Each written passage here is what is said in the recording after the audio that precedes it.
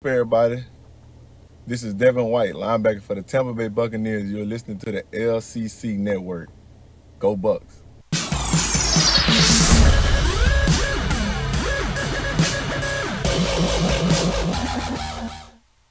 Hey everyone, welcome to the Commissioner's Clubhouse and the LCC Network for the 24th episode of the offseason. This is our waiver wire edition. 25th. 25th, sorry. Ignore the image screen, it says 24th, no big deal. But yeah, so this is the 25th episode. We're recording this as the rookie draft is kind of coming to a close in a way. So that's still going on. But we're going to kind of focus this episode mostly, as much as we can, towards the waiver wire, since that's the next league event going on. With me, I've got obviously Jameson, who was just talking earlier, and we got Cody. How's it going, y'all? What up, what up, what up? What's up, guys? Like you mentioned, we're going to finish. We're very briefly reflect a little bit on the rookie draft, kind of get some initial thoughts as it finishes up into tomorrow. But like you said, we'll focus most of this on the waiver wire in preparation for not next week, but the week after, I think. Right when we start releasing our rankings is about the time it's going to come up. So, guys, real quickly, let me play a little intro here.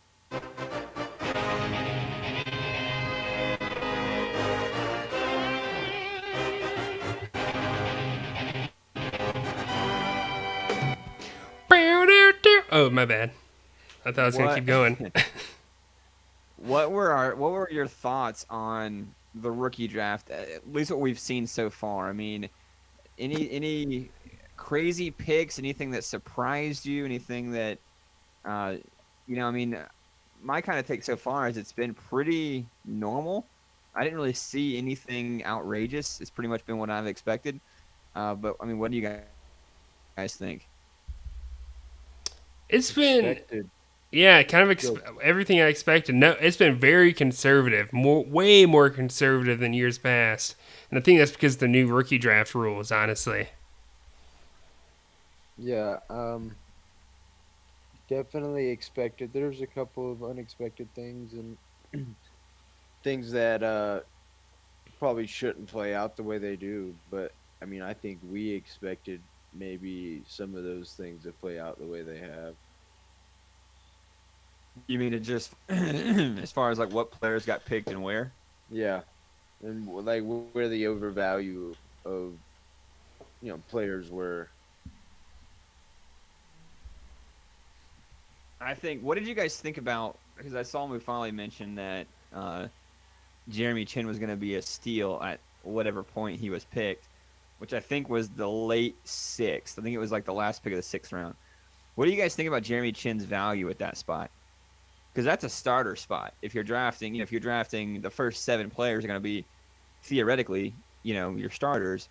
I mean, what do you guys think about that? That value? I don't. It's I not think where I that's was. Obviously, I wasn't willing to draft him there. But with that said, I do think Jeremy Chin easily falls within the first, 48 DBs this year.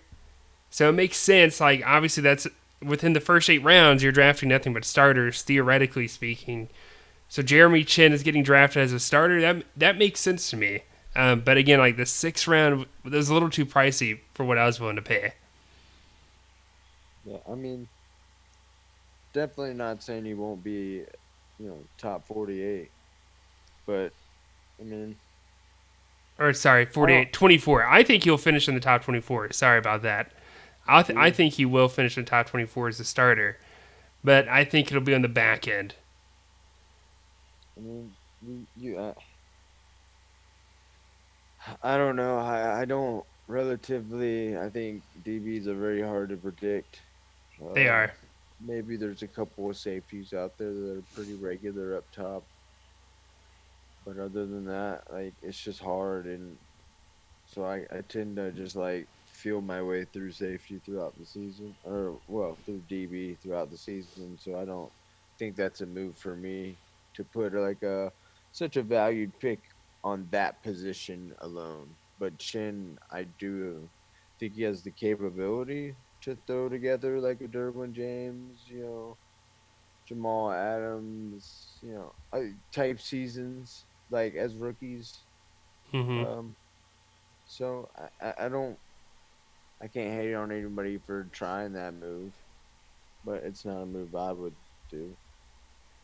Who was everybody? Who was your favorite pick? Like what was your favorite pick? Like who do you think got the best value on somebody so far in the rookie draft? I'm going I'm through gonna it have to right go now. back and look. I'm going through it right Yeah. now. I thought CEH. Obviously, not everyone knows who that is. Clyde Edwards-Helaire was drafted in the third round, which I think was totally reasonable, and I thought that was a very good price tag for him. The issue is, of the teams that drafted him, it was Billy, who's going to be drafting Christian Yes, McCaffrey at the 101. Yeah. Yeah. So, Cody. yeah, I try not to laugh, but I was literally talking to Jordan about that. Me and him were like trying to go through the process before it was happening, trying to see like who people would get in front of me and stuff like that.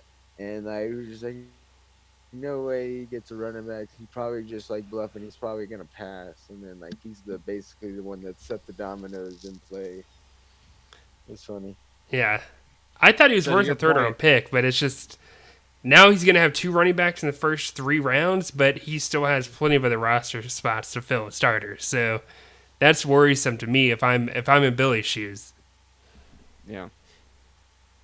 I definitely liked Pat. I liked your value on Chase Young. I thought that was Yeah, solid. I was gonna say that one too. I was like about to take him in the sixth because I was like, all right, he's gonna fall to me. No one's gonna get him. And then you texted me during your pick, and you're like, hey, you think this is a good spot? And I was like damn it. And I didn't want to lie. So I'd be like, I didn't want to pick him like the next pick, after Yeah. telling you like no. So like, yeah, it's a good spot. But man, I like that value. I wish he'd fallen to me in that spot. I would have been so happy. I liked your value with Queen. That's the Thank one you. that made me mad because that was the guy I really wanted. And so I ended up backing out each round after that. I was just like, there's just no one here. And damn it, if there was a person I knew who was going to go get my other player, it was Cody. And like the very next round, ended up going after not Isaiah Simmons, Kenneth Murray. Kenneth And I Murray. knew Isaiah Simmons would go before Kenneth Murray because there's plenty of Clemson fans in this league. Plenty of people know the name Isaiah Simmons over Kenneth Murray as well. So I felt like Kenneth Murray might fall to me in the next round, but he didn't. So that's See, when my thought process is like I'm gonna pass on my first one because there's no way I'm using my third round pick. I just wanted to see what people would do. Because if people did start going early, if people use those early picks, I mean, maybe I might have forced my hand a little bit to try to like go grab somebody. But I dropped back to that, and I really wanted a linebacker the whole entire time, and I was wanted to go Queen, and that's what my Yep. initial thought process was. And he grabbed Queen, and then it went in, and I had Kenneth over Simmons Yep. I do too. personally. I did too. But I'm a Clemson fan as well, so I was torn between the two still. So once like Hunter took Isaiah, I felt really good with. I mean, obviously it was an easy choice for me. It's Yeah. basically gonna be like the real draft in the first round, like with the three running backs. Whichever one doesn't get taken out of the three, I'm just gonna snag. I mean, Yeah. it's an easy process for me. And that's how the linebacker situation pulled out. Yeah. I agree. I think it's been solid so far. I got a little rocky, guys not logging in on their picks and CEH getting picked twice, but I think it leveled out pretty well, and I think it went pretty smooth. There wasn't really any surprises. What- It went pretty much as expected. I think two things that I want to point out though, and they're both by the same person. Burrow's body count. Zach. Yeah, Zach. But okay, first of all, basically stake and claim that Burrow is going to be his quarterback for the season. I think that's something Pat and even Jameson we've talked about on like several podcasts. before. Like it's only a one quarterback league, so you take a rookie in the rookie draft, and that's your quarterback the That's whole your entire guy. season. That's your Yeah, that's it your doesn't boy. even matter. That's your guy. Yeah, You can't even draft another guy. That's your there's guy. no wiggle room. Yeah, No. Yeah. so like I think that's a very interesting like move and dynamic, um, and ballsy, for sure. Mm-hmm. And in the same sense, picking Jerry Judy, I think Jerry Judy going in the seventh. I think you took him in. I mean, not You're crazy, but I don't think I have Jerry Judy valued as the number one receiver. well. You're basically stating if if he's not your wide receiver one, then he's your flex player by drafting him in the 7th. So I don't I don't hate the value, and I think that's where people got the argument wrong about yeah, the value. They're like, "Oh, that value's not bad." No, the value's not bad. I don't hate the value. yeah, I don't like being locked in to a guy like a Jerry Judy or C. I think they're great players, but I don't think they're number ones on their team yet. There's a lot of options on both the Broncos and the Cowboys, and I don't like being locked into a guy that is going to be sharing that much of the volume, if that makes sense. Like the reason Patrick Queen, Kenneth Murray, CEAs, the reason those aren't bad picks is because they're going to be starters. They're going to get almost all the volume.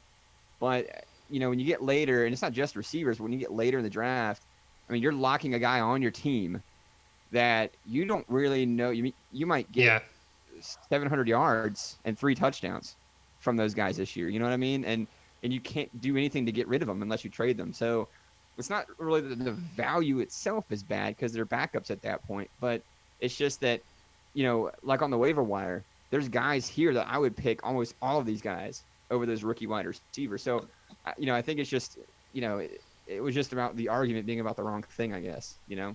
about why you wouldn't choose them. So, I'll but tell you one person speaking, who drafted decently real quick though was Michael. Getting DeAndre Swift, I didn't think that was a terrible price tag for DeAndre Swift. what did he pay? I forgot. And Swift, it was a 5th. A fifth? I mean, that's more than I would have paid, but I I think it's just almost more about traded. the uncertainty. I Yeah. traded for him. I literally tried to trade with Billy to get into Billy's spot, but he had literally just posted I skipped both my picks. And then I started texting Michael, and then was gonna try to jump in, and like I don't know, he misunderstood what I was saying or something, and he ended up posting Swift. I was trying to jump into that spot, and I was like, all right, I'm done. Who were you trying to I get at that think. pick? Swift. Oh, you were Yeah. okay. You were trying to get Swift. Okay, Yeah. gotcha. I think for me, I've seen these two guys, so Swift and Dobbins, J.K. Dobbins. I've seen these guys on different spectrums in different leagues. Like in our other league, they both went a lot earlier than I would have taken them. Oh yeah, And then God yeah. they both went earlier here than I would have taken them. J.K. Dobbins went in the third round, fourth round. I don't remember, but The fourth. to so take these one. guys are, yeah. So I mean, they're. I've seen them from different other things. I've seen them go way back. No one values them. So there's a lot of uncertainty, I think, with what to expect. But the talent's there for sure. It's just what can you get out of the Lions' rushing offense? Oh, When it comes to Swift. by They run a lot though, man. by the way, I don't know if he's gonna trade them, but one team that's I feel like they're kind of screwed is Mafale drafting Keyshawn Vaughn and drafting Cam Akers. Like he's gonna that's his running back core right there. Well, I think he's definitely He's gonna got to be trade him. traded. Yeah, I would imagine. I hope he does, but can you imagine if he's stuck I with those think guys? I think word on the street is it might be to uh fucking Mondo. Mondo? Yeah, that makes sense Yeah. because We're he not- was trying to get in the rookie draft, but he posted too Yeah. late. Word on the street. Word on the street. Yeah. Word on the Word on the LCC street. street. That's what I Yeah. hear. But people across the networks are saying.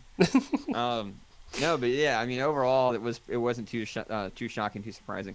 To kind of transition that, reasons that we were kind of staying away from receivers, is when you look at the waiver wire, there is a lot more depth than I think people realize there's gonna be here. Since we mentioned receivers, we're gonna just kind of start there. Listen to a few of these guys who are going to be available, and let me know what you think. And keep in mind, There's 24 teams, so these are all these guys are going to be rostered more than likely, and contributing to a team on a regular basis. Adam Thielen, Juju Smith-Schuster, Michael Gallup, Marvin Jones, Calvin Ridley, Odell my Beckham God. Jr., Oh my Tyreek God. Hill is going to be available in the waiver wire. AJ Green, who we have, we'll see. Terry McLaurin, DK Metcalf, Brandon Cooks, who's now the number 1 in Houston with Deshaun Watson, and then some tight ends: Mark Andrews, Zach Ertz, Hunter Henry, Rob Gronkowski, and then Mike Williams as well in Los Angeles, the Chargers there. All of these guys are going to be available on the waiver wire, and I would pick most of them against any of the rookies, really. I think that we have over the course of this season, not necessarily beyond, but at least this season. So, are you guys? How do you feel about this depth at receiver? I love it. I love it because I had debated going receiver at one point in the draft with my later picks. I didn't do it. And when I look at this, I'm extremely happy I didn't do it. Like there is so much depth. It doesn't. I don't know. It doesn't like really give me a lot of. I don't know. I'm so late. Like I feel like those receivers are gonna be scavenged through. Like by the time it gets to me. Well, there's 16 of them. Studs will. This list that we just had is 16 of these guys. I would imagine at least. I mean, I'm sorry, I'm not like too excited about Michael Gallup. And I'm not really crazy about Terry McLaurin. I'm not. Yeah, I was about to say. I was surprised we had him on the list for a second. Yeah, I mean. Oh, Terry McLaurin's solid, guys. Come on, he's solid. He's the number 1 in Washington. Oh yeah, it's like. No, but Cody. Well, Cody, you do get like Saquon Barkley or Zeke, so it's only fair. But I mean, I will say this: in the first round, because the other positions we're going to talk about, I bet only 8 of them go by the time you pick at the late end of the draft, the first round. Those are the only ones I want, honestly. I mean, the studs don't even want some of those. I mean, the studs definitely go, right? Like, so Mike's got the first pick. Hey, are you Dirty Mike and the boys? And this is a guy who's owned Tyreek Hill for, I think, 2 of the 3 years he's been in the league, or 3 of the 4 years. So I can't imagine he goes anybody but Tyreek Hill. Yeah. With the first pick there. And then I think you'll see the run, OBJ, Adam Thielen. But there's also other players here. So, I mean, beyond just the receivers, we've got Melvin. It's for the running backs. We've got Melvin Gordon, Devin Singletary, James Conner, David Johnson, one of Cody's favorites, and Darius Geis. I think Darius Geis could easily fall to the back of the first or second round of the waiver wire. Oh, easily. For sure, yeah. Also, Devin Singletary is an absolute animal. So yeah, Devin Singletary. Dude, he could be number 1. Like, definitely gonna be a number 1 back. Like, no doubt. And number 1 in Cody's heart. And yeah. I'm saying he's gonna be a top 24 back. I even think he's got an opportunity to be top 12. Ooh. He'll be a top 24 back, absolutely, no doubt. Top 12. I don't know if I can buy that. He does have he does have an opportunity because they added Stephon Diggs to that offense, so yeah, I think they're gonna be more explosive, and he'd have a shot. He'd have a shot. The only thing that worries me they got rid of Frank Gore. They get rid of Frank Gore. They literally only have Yeldon probably, and then they got Moss. They picked up Zach Moss in the 3rd, 4th round. Yeah. I mean, I feel like he's a similar type back. I think the only thing that keeps Devin Singletary from being a top 12 back is the fact that Josh Allen. No catches. Well, that too, but like Josh Allen siphoned so many goal line touchdowns away because within the 5, like he can run the ball. You know what I mean? If Devin Singletary got, half of the touchdowns Josh Allen got on the ground last year, he would have been significantly higher. So we'll see how it looks moving forward. But I like that group of running backs, though. I mean, Tevin Coleman is a starter on one of the most prolific rushing teams in the league. Yeah. He's not a starter in my eyes. It's a committee, but I think he's the best back of the committee. He's the depth chart starter, but I would take Mostert. Yeah, Mostert's the starter. But I think if you look in the fantasy communities, though, there's a lot of back and forth on who Mostert's the guy's gonna definitely the be. starter. Mostert's got a way better yard per average. Literally, they have the same amount of carries last year, and Mostert like blew him out of the water by like 200 yards, and had more touchdowns. But if you need a running back on the waiver wire, late, Is Mostert on this list I don't. too? I didn't see him. I don't think he's on the list. I think he finished higher than that. And I'm just gonna looking right now. Yeah, he finished higher. Pat. Yeah, he did. Okay. Well, that tells the story then. And very briefly, before we get so some of those running backs, Sonny Michel, I don't think many people are interested in, but we'll see if the Patriots lean more on the ground game. David Johnson, I think he's a true wild card this year. I mean, he could literally finish almost anywhere. You know, he could be Literally. RB 15 or he could be RB 47. You know, so he's a big wild card. Only three quarterbacks that I really noticed. I mean, there might be like Nick Foles might be on there if you're really desperate or something. But, Imagine. like if you're like, hey, I'll just take my I chances really in the need a draft. quarterback. I'll take my chances in the Yeah. draft before I got to that point. I agree. But there's a couple quarterbacks here. You know, Ben Roethlisberger is going to be available in the waiver wire. Teddy Bridgewater is solid. You know, if you're kind of like at a spot like Zach where you're like, you know what, I want to stick my claim to a quarterback right now, you might look his way. And then Drew Lock. You know, a lot of people think that Drew Lock's going to be a top 16 quarterback or has the potential to be a top 16 quarterback this year. So not that the individual weapons will be fantastic, you know, but collectively I think it's better for, you know, Lock than it might be for each of them. But still, you know, again, if you're late, you know, you might be able to look Drew Lock's way. I think none of them lack talent around them. I think they definitely all have like weapons for sure. Weapons galore too. Like I think they're above average weapons in terms of talent around them. For sure. Yeah. Oh yeah. Absolutely. Each of them do. I mean, they're all at least solid quarterbacks. I don't think. Like Teddy Bridgewater, for example, he's not going to win you weeks like Pat Mahomes will. Right. But he's not going to, like, kill you either. He's not going to throw 3 interceptions and fumble and – you know what I mean? And Drew Lock's athletic. I mean, Drew Lock, you know, he could rush for 50 yards, you know. So, I mean, you know, there is some potential there for those guys. Yeah, and I don't think we know what Drew Lock is quite yet. No, we don't. Not yet. So that's an Nope. exciting part of it. And then so some of the defensive pieces here. There's less defensive weapons, I think. I mean, maybe you guys saw more if you look through the list, but 250 and below, there weren't as many.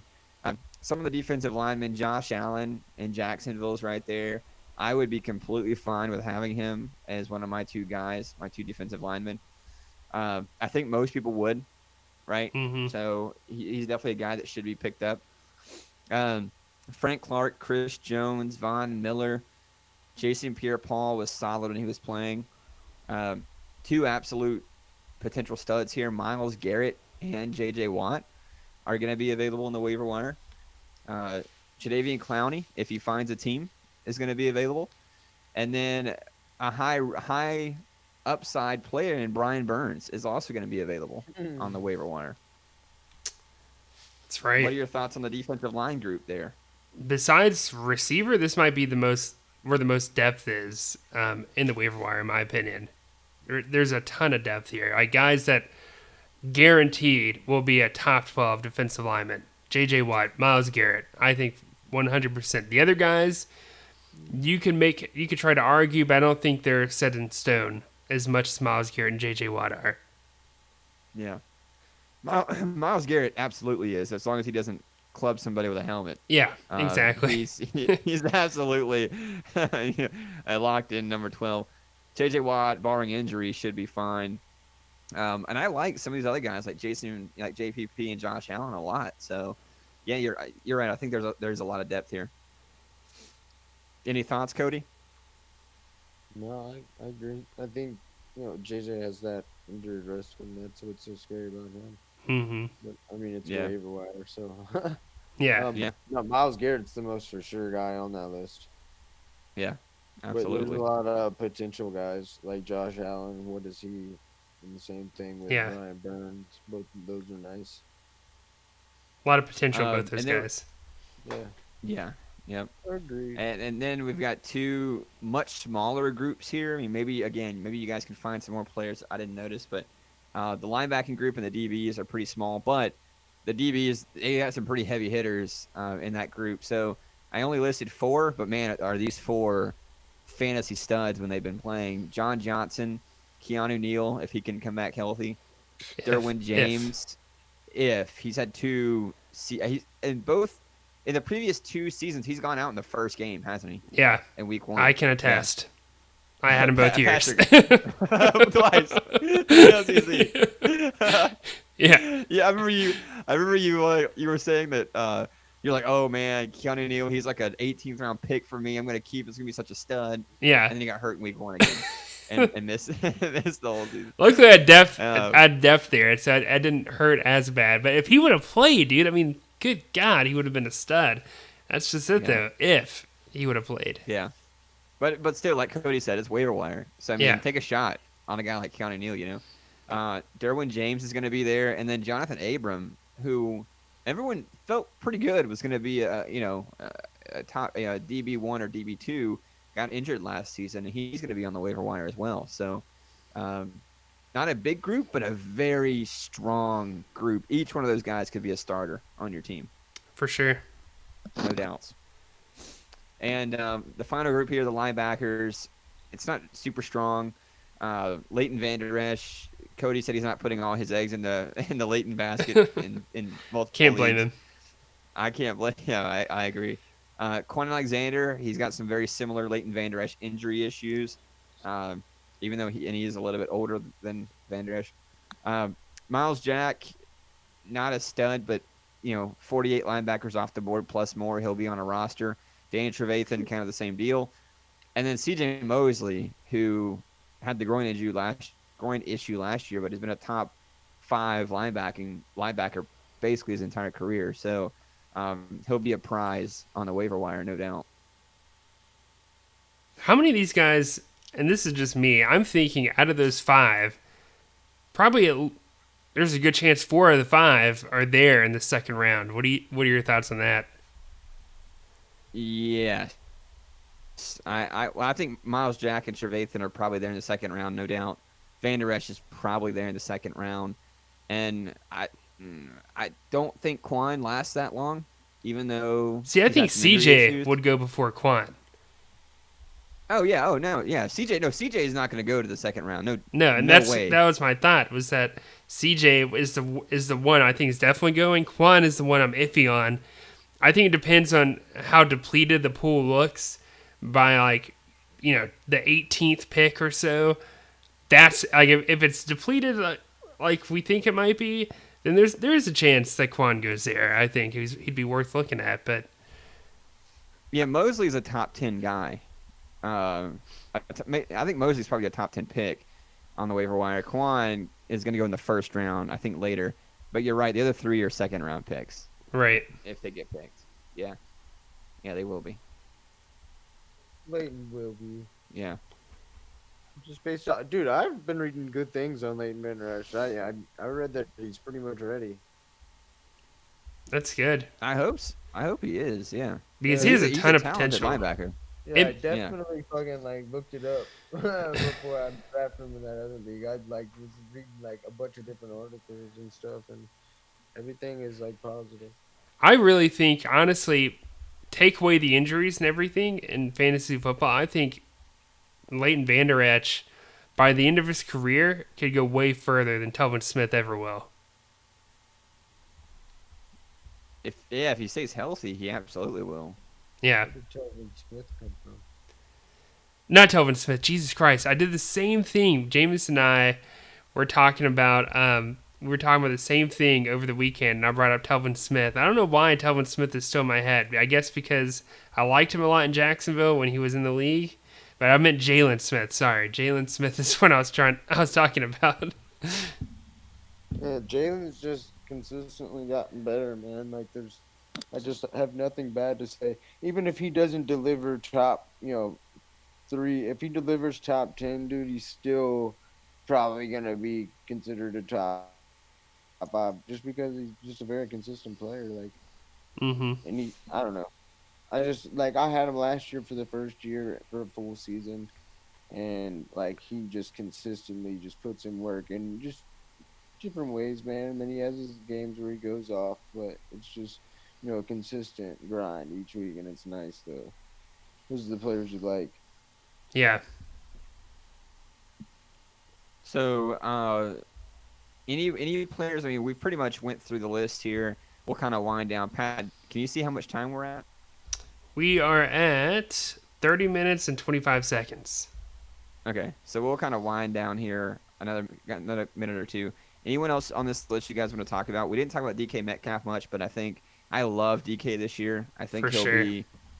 I think he'll be a solid receiver. There's some late depth here. Jordan Howard, I think him and Breida down in Miami. Is You might be able to Breida see some not wins. going to be on that list? He could be. I mean, I'll put Jordan Howard / Matt Breida. How's that? Good idea. Boom. So one of those guys. So I mean, there's definitely guys here though that I mean they're free. They're free. So you might as well go ahead and grab them. And I'm sure a lot of these guys are going to make rosters, if not all of them. So, anything else from you guys? No, I'm looking forward to the waiver wire. Honestly, I'm more excited about the waiver wire than I was the rookie draft in a weird way. I don't know why that is, but I'm just more excited. I think it's because everyone's involved in it. In the rookie draft, not everyone is involved, so there's just more outcomes that can come out from it. Maybe that's why. But I'm definitely pumped about it for sure. Well, Pat, get ready. You're picking 16. Cody, you're picking 22. Oh, guys, sounds on great. The waiver wire. We've got guys like Mike at 1. Jordan's at 3. So, Jordan, if you're listening, get ready. You're probably going to grab a stud wide receiver, I would imagine. So, all right, guys, that's it for me. If you guys are good, we're good to go. All right. See y'all next week. All right, we'll see you next week for some. I think the LCC's greatest moments episode is next week. Pat, you'll probably have to do a lot of research there to help us out. Yeah, well. And then right after that, we go right into our rankings for the off season, starting with our running backs. So it's going to get pretty fast paced here soon. I think. Pretty excited. It's about to get wet and wild. Sorry. Wet. I don't know if that was the analogy, but We'll see you guys next week.